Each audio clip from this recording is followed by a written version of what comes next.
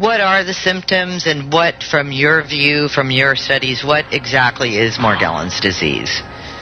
My view of Morgellons is basically the result of industrialization. The list of symptoms is extremely long.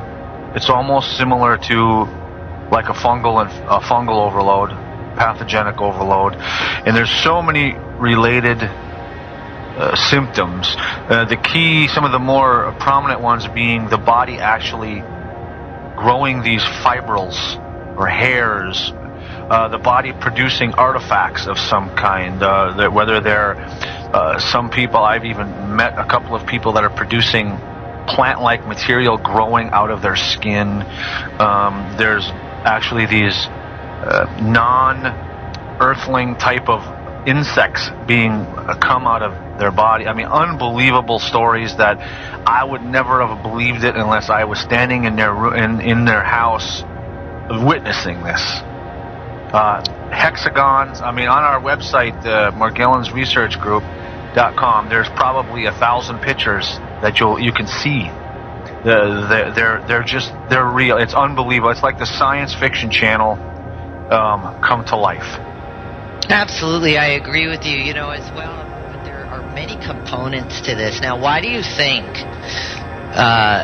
why do you think that this is such a big cover-up? I mean, the Morgellons was reported 20-some-odd years ago. According to Dr. Caroline Carter, she says it shouldn't even be called Morgellons disease. It should be called GMOD, which would stand for Genetically Modified Organism Disease. What do you have to say about that? I am totally aligned with that. You are. Well, she is testing via hair samples. She's testing in the country of Cyprus. 8 out of 10 people, and doesn't matter the age group, by the way, little children all the way up to the elderly, 8 out of 10 are testing positive for Morgellons disease. What's going on? What's going on? That's a good question, because actually there's a lot of patented data that I have found, and people like to share when they find or declassified information that used to be classified. I have a report from 2004 that talk about the nano and micro technologies of unmanned, basically smart dust, which are smaller than microscopical particles, that some of the components of that smart dust are showing up in people's body, coming out through these little black specks and showing up in some of the fibers. And so you tell me what's going on. I think it's madness, but the body is responding by trying to push the stuff out through the skin or whatever, and it's affecting our genetic expression, it's affecting people's health, and it's horrifying, especially when you have this.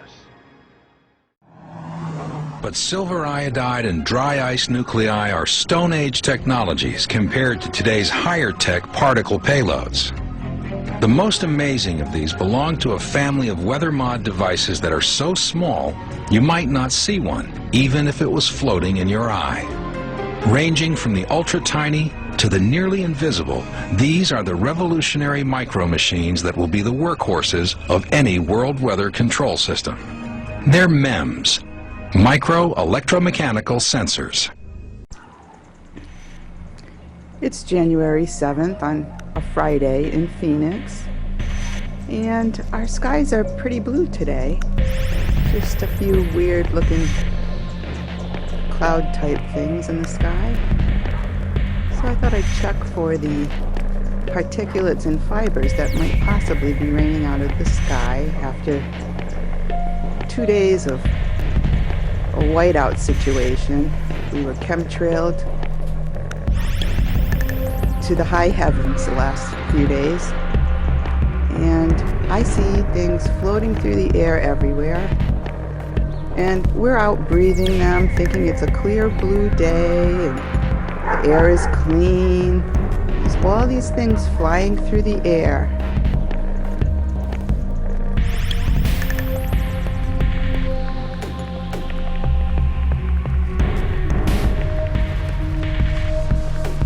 It's not raining out. but there is stuff in my pool.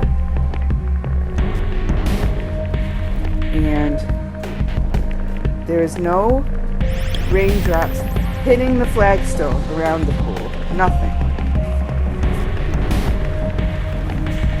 There is no raindrops on the ground, but there are raindrops in the pool. What? And there's shiny raindrops, and I'm on the telephone, so I'm sorry, but I had to get a picture of this. Alright, bye. Okay guys, this is a weather report because it's been like 80 degrees here, really unseasonably warm. I'm at 8,000 feet in the Colorado Rocky Mountains, and I've been noticing weird snow when we do have a little, and this stuff takes the cake right now. I mean, it's like snow fiber. Look at this crap. I mean, you can see it. This is how it's falling. It's not like freezing once it hits the ground. It's falling like this. There's no snowflakes. They're like snow fibers or crystals or whatever. But they're not like... There's a couple of snowflakes I can see. I mean, you can see a couple maybe. But most of this crap is this fiber-ish looking disturbing stuff. And, yeah, it's bizarre. Doesn't look right to me, personally. So here's outside a little. You can see it's in this whole crap. It's made of it. Yeah. I can see it falling on my shirt this way, look.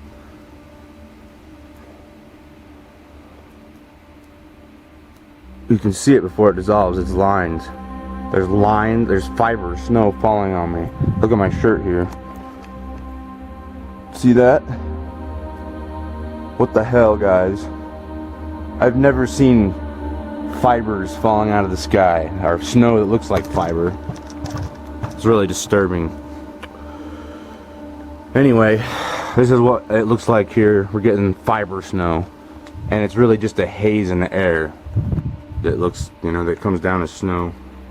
So, can't see a thing. Hope everybody's doing okay. It's 29 degrees here. And yeah, it's the first day we've had snow in a long time. I could definitely feel it's probably very difficult for somebody who doesn't suffer from Morgellons, but a constant flow of electricity going through my body. It's like this is basically Morgellons, at least in part, is an invasion of human tissues by nanotechnology, and I can feel these wires under my skin. I can feel the pulsation energy, or let's say the electricity going through. So I react very strongly to any electromagnetic frequency, or so I can relate to what Marie said, that she feels that when she's near to a refrigerator or any kind of electric device. Regarding the thing I really want people to hear, and I didn't have scientific validation until recently, that what I believe to be true is in fact true, and that is Morgellons is not a disease. That is the great red herring that they've asked us all to swallow, that there's this disease out there and there's a segment of the population involved, but that most everybody else is good to go. And that's certainly not true. And when I wrote my paper for Arizona Skywatch in 2009, I tried to get that point across by calling it a syndrome. And the reason I say that it's not a disease, that's not to mean that people aren't suffering, and that's not to mean that these things aren't happening. Of course they are. But the reason I say it's not a disease, because we think of a disease as a pathogen that gets into us, measles, mumps, whatever, a single pathogen that is classified as a disease with a certain amount of symptomology to it, and that's that. And that's not what we're seeing here at all. We're seeing multiple materials in the human body that work symbiotically together, synergistically, that are being delivered to us through the air supply. And when the body recognizes, and it's strong enough, mind, body, and spirit, to say this doesn't belong, it begins to try to push it out. Now that's all these fibers, these pseudo-life forms, which is a really better, much more accurate description than fiber. These heavy metals, these crystalline polymers, this fungus, all of these things that work together, they don't belong in our bodies. And the bodies have the wisdom and the strength, and may I say the spirit, to shove it out. Very painful, very unsightly, very difficult process. And so my goal, once I sort of clicked on to that's what was happening, of course with the help of many brilliant, I'm just a dot connector, really. But I work with, I call the above ground, underground, a lot of very brilliant minds in the scientific, in the research community, microbiologists, hematologists, all these wonderful people who share with me what they know and understand, physicists and all kinds of folks. So when I began to see that there was a match between what was coming out of these sores and what was being delivered through the air, and then I have a research doctor who has access to an atomic microscope who was able to observe live blood, on a very, very, very, very small scale, and could see that this fungus was actually collecting these toxic metals, which we know, aluminum, barium, and the whole 9 yards that are being delivered to us as well, and using them as weapons against our immune system.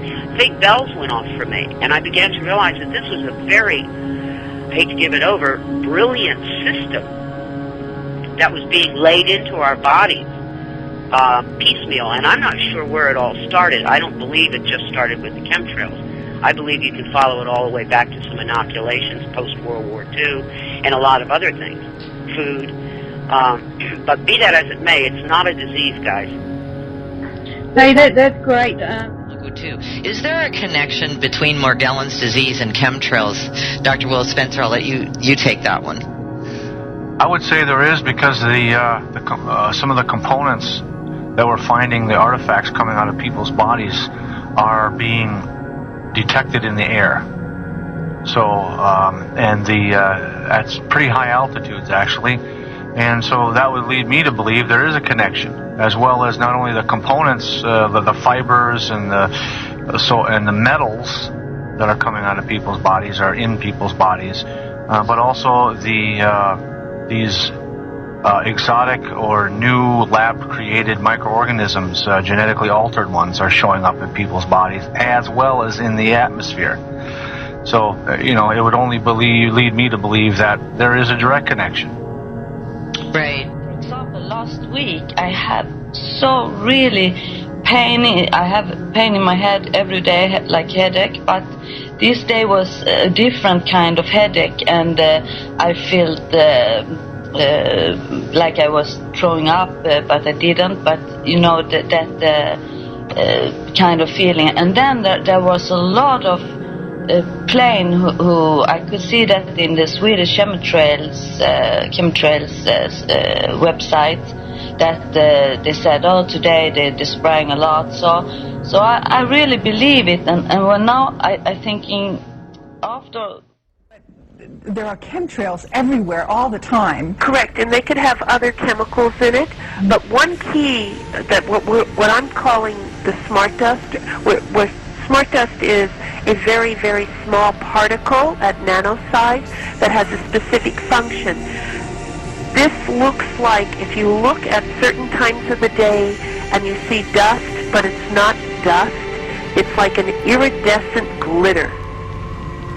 Very specifically different than regular household dust. Yeah. And this would be in areas where... We have seen that. Doctor, I got one of those 10 million watt spotlights.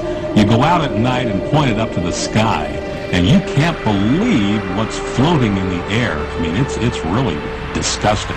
Right, and if you're seeing this iridescence, which looks like just like glitter, that is engineered dust or smart dust type material versus regular household dust, or that does not reflect back. So here comes the conspiracy theory. If Morgellons or Morgellons is related to chemtrails and it's coming out of the spray from airplanes, is there some grand plan to get this stuff into human beings? Well, I don't know if it was a plan or anything, but I will say that all of us have been exposed, all animals, all life forms on this planet. It's just a matter of what our genetic makeup is, what we have been chemically poisoned with as an industry, meaning working in industry versus living in certain polluted areas, that is allowing this to manifest more rapidly in individuals than ourselves. Because when everything happens to me, then there was so much dust in my home, and I didn't understand. I think, oh, it's my boys who from the socks or something, because the dust come all the time, and I was afraid of this dust in the air, and I think, of course, there is something mixed with everything, with food, with chemtrails. I think there is a big connection with everything. And also what really, it has, really definitely destroyed my life. I cannot work anymore. Money-wise, it has been a down-going spiral. Also, I've lost a lot of friends. I had a very, very active social life before. When the psychologist said, well, the mother's obviously gotten really crazy now because she believes it could be linked to some kind of nanotechnology in her body or coming out of her body. I said, okay, well, if everybody thinks I'm crazy, why don't we ask somebody really qualified? And I got in touch with this medical research journalist, Desiree Röver, and I said, well, Desiree, what do you think? According to you, what is Morgellons? And the answer that came back was saying, well, according to me, first of all, she made it very clear that there was a link to chemtrails. And secondly, she said, according to me, it's a kind of test or testing on certain people in view of transhumanism and the creation of artificial intelligence. And this kind of answer, her research basically was also put in the court files. And obviously ignored for the reasons that you have pointed out very correctly, I believe. Melanie had mentioned before the break this transhumanizing. Whoa, that's a big word. What does that mean? Altering our being, our human, transforming the human being. There is a free video on YouTube. If you just type in transhumanism, I forget the name now, but there's a gal named Sophia that did a great presentation. It's about an hour long last year, and she explains it. And there's actually several scientists on YouTube that will gladly explain that. And it's a science fiction. They're trying to improve the human. Well, and let me ask you, Marie, has this been an improvement? It felt, I think when I have now heard about this and read little, because in the beginning I always said to everybody when I try to explain how I feel, it feels like I am a snake who will change the skin. I feel I have the second skin over me. It's not me. It's like I have have a mask all over me, and even when I look at my skin and look at my face, I didn't recognize me. That was not my hand, not my skin. In 2 years, I think, I have this feeling before I try to get rid of this not human being skin. Diseases. Well, picture things coming out of your body and put yourself into a spot to even comprehend that for one are not natural, for two hurt, have lots of pain, and for three is when you go to a medical practitioner in allopathic medicine, the only thing that they have for you is to label you delusional, when in fact you're producing these things. So you want to talk about traumatic emotional experience, when you're telling somebody that's supposed to be a caregiver or a provider, which is really the, I don't even want to go down the negative side of that, but they're supposed to do a job, you expect them to do a job, and they're telling you that you're delusional and this ain't real. Right. Okay, and thank you for saying that, because isn't it interesting that that's all the medical field is referring to it as, is something, that the patient is delusional. And that's, you use the word maddening. I think that is over the top. It's a recent turn of events, but yeah. I guess that's to be expected. Not a surprise, unfortunately. I have a segment on my website that if people want to look at later, it's called Bad Hair Day, and they'll see what the hairs look like. They'll see the hair follicle of the hair bulb with blue fibers growing out of the bulb after I pull the hair out. Can you tell which hair to pull out? Yeah, because usually those hairs are thicker, and I can see that there's a goo coating on them. The goo coating comes above the skin line, and so I can see it, and it makes the hair look thicker because it's coated. Do you get the goo coating on your skin too, or is it just something on the hair? In other words, would you get a gooey portion? Not gooey, but slimy. Yeah, you do. Yeah, you do to some extent, but not as much as the hair. There must be something in the actual hair follicle, and I have pictures of it. There's chemicals that go there, plus each hair follicle has its own capillary. So there's something about that is very attractive. Go ahead, Cliff. Yeah, absolutely. This relationship, Jeff, with hair is, as I said before, one of the keys to understanding this particular creation, if you will. And both Jan and I think we go on the record as saying that what you can find in those hair follicles will set you back on your heels. And almost all Morgies will relate more or less the same thing. You will find in and around those hairs and within those hairs all kinds of Morgellons manifestations. Wow. In some cases, the hair bulb and the hair root is so extended and so covered with a white sebum sheath that it's 5 to 6, maybe even 7 times its normal size. And when you pull it out, it comes out without, the nerves are dead. You don't feel anything. Jan, these pictures they're stunning, staggering. They're so different.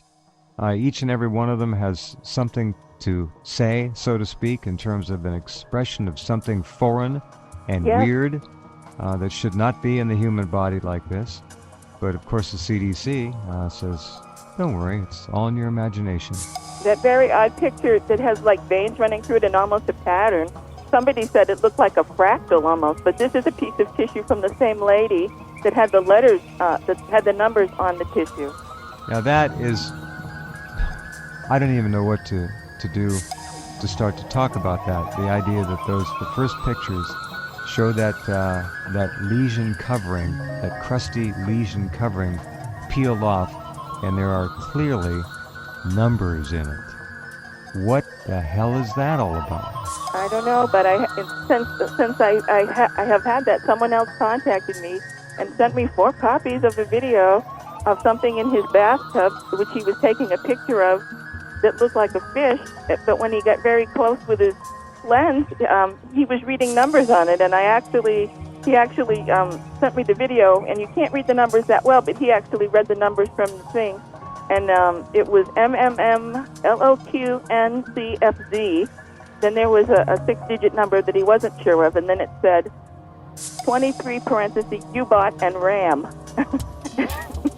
23 what, dear? One more time. It was 23, and there's one parenthesis that goes the other way, and it says U-bot and RAM. YUBOT and RAM. Got it. That's pretty funky.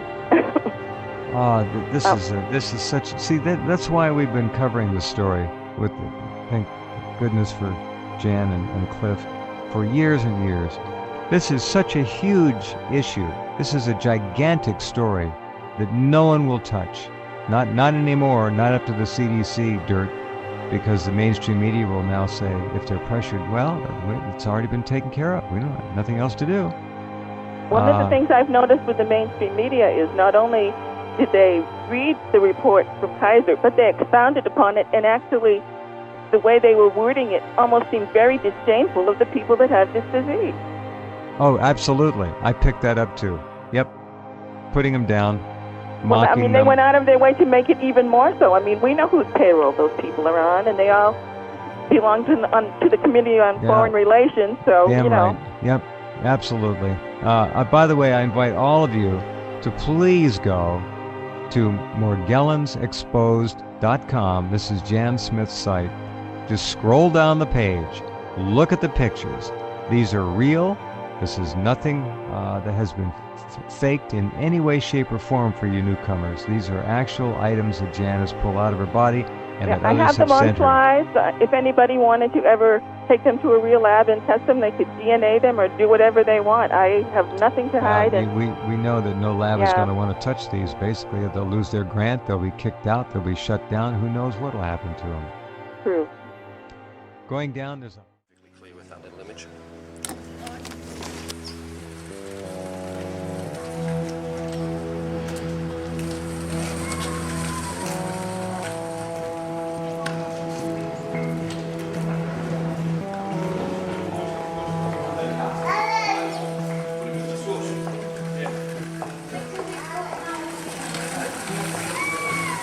Come here, mate.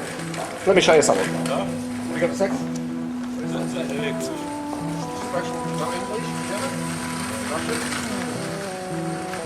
your hand in front of the sun and look at spider webs falling down. Spider webs. Do you know a spider?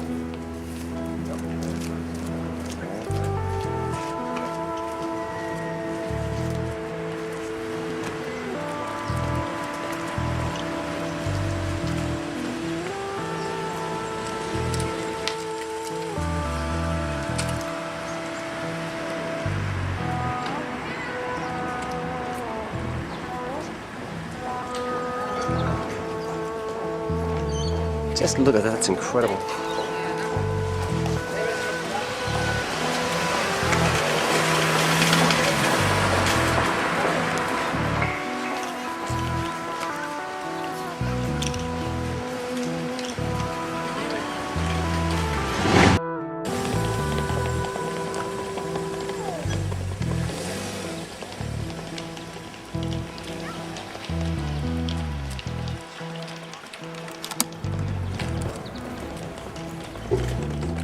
Here we are at my usual spot.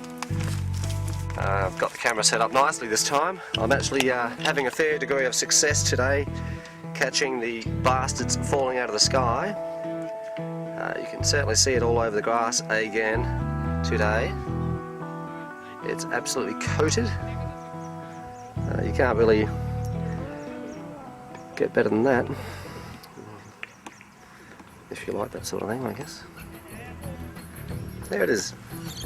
Spider webs, chem webs, coating the fucking grass. As usual, same place, same bat channel, same bat weather. Unbelievable.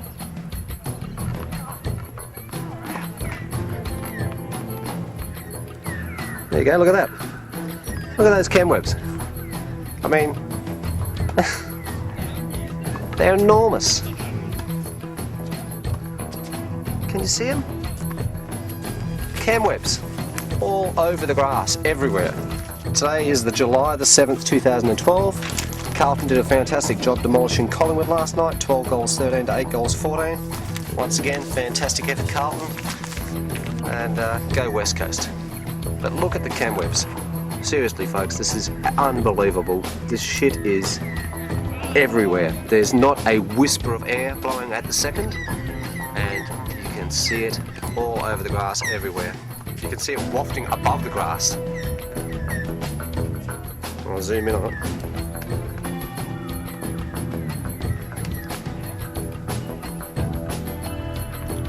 You see this shit? Spiderwebs, yeah, sure. Ballooning spiders. I don't think so. I've looked at it. I understand. Spiders balloon when there's the right conditions. You've got to have lifting air currents, as in air that seems to be lifting up, and the spiders, little tiny spiders, let out a strand of web, and when the wind's blowing, they let go and they fly up into the air. The last 2 to 3 days, we've had a massive high, 134 hectopascals, and there's not been a breath of wind for the last 2 to 3 days. And what have we got right now? We've got no wind whatsoever, 3rd day in a row, and yeah, here we are, watching all this shit falling out of the sky. Now, how can that be? The spiders haven't had the wind they need to get off the ground. Look at it. Man, look at this stuff.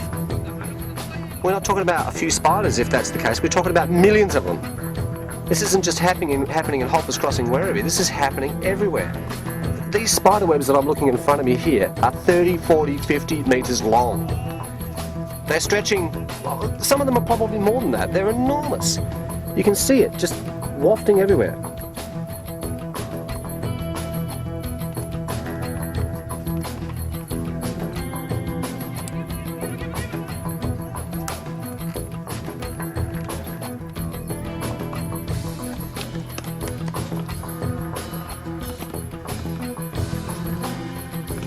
Look at it.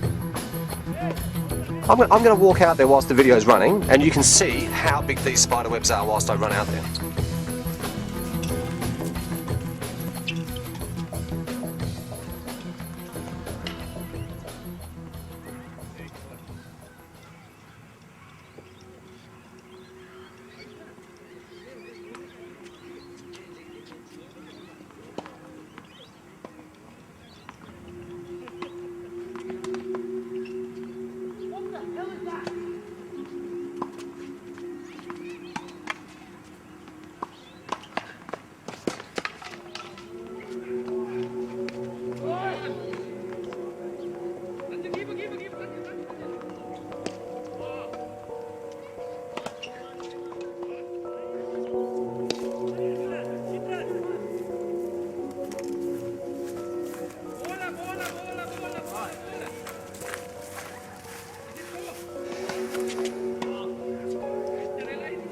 I'm going to have to hold on to the camera, try and show you the chem webs on my hands here, because it's nearly impossible.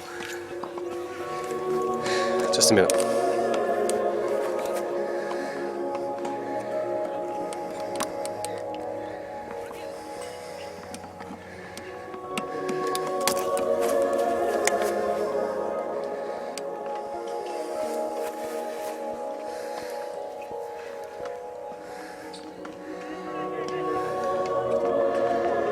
Can you see it? It's the finest of fine webs all over the bloody ground. And I mean, that is 40, 50 metres away that I ran, 60 metres maybe, and you can even see the path where I ran. Have a look. Okay, let me just get it set up again.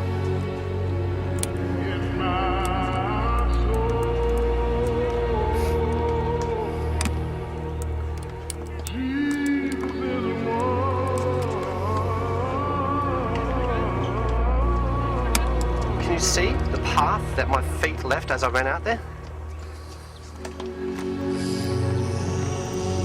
Yeah, see it? That line right in the middle of the screen where my feet ran through the grass and ripped up all the chem webs in that one spot. Look at it, that's me, that's where I ran through. Hey? This shit is falling every day. You can see it when the sun's out. You can see it when there's no wind blowing it around, so it's not wafting around. It's everywhere.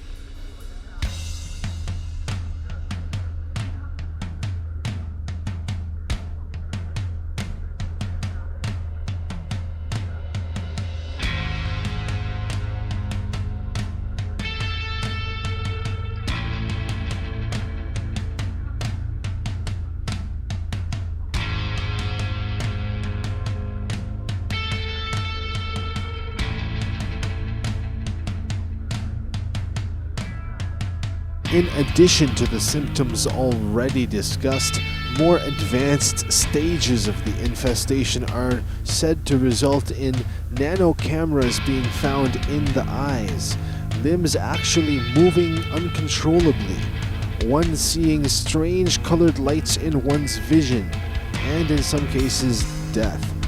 Frankly, as long as the different aspects of the transhumanist agenda continue to occur, and as long as the true culprits are not held responsible for their actions, there is only so much we can do to mitigate the harmful effects of the ongoing attack on our bodies and this earth.